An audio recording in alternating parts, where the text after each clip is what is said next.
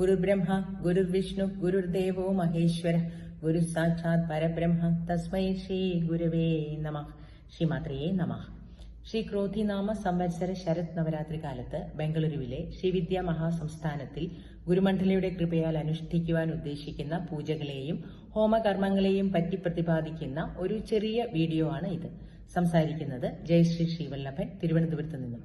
വിദ്യാമാർത്താണ്ഡ ശ്രീ പരാനന്ദനാഥരുടെ ശിഷ്യനായ ശ്രീ ആത്മാനന്ദനാഥ ശ്രീ ഗുഹാനന്ദനാഥ പരമ്പരയിൽപ്പെട്ട ശ്രീവിദ്യാ ഗുരുവാണ്.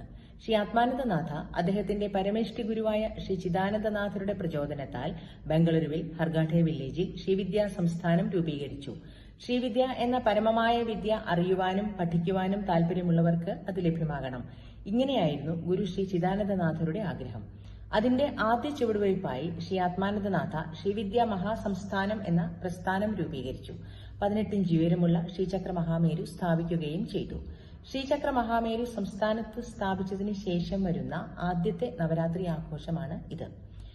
ഒക്ടോബർ 3-ാം തീയതി മുതൽ 13-ാം തീയതി വരെയുള്ള ഈ വരുന്ന നവരാത്രി കാലത്ത് ഷോഡശ സംഖ്യ ശ്രീസൂക്ത പൂർവക അഭിഷേകം ശ്രീചക്ര മഹാമേരുവിനും അമ്മ ശ്രീ രാജരാജേശ്വരി ദേവിക്കും അമ്മ ശ്രീ രാജമാതംഗി ദേവിക്കും അമ്മ ശ്രീ മഹാവാരാഹി ദേവിക്കും നടത്തുന്നതാണ്.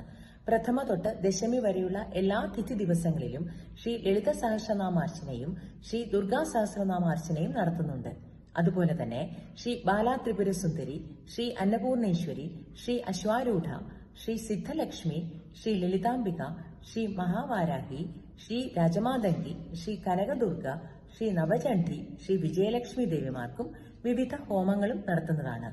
ഓരോ ദേവിമാർക്കുമുള്ള വിവിധ ഹോമങ്ങളുടെയും വിശദ വിവരങ്ങൾ, ഫലപ്രാപ്തി ഇവയെല്ലാം അടങ്ങിയ വീഡിയോകൾ പ്രത്യേകം ഇടുന്നതായിരിക്കും.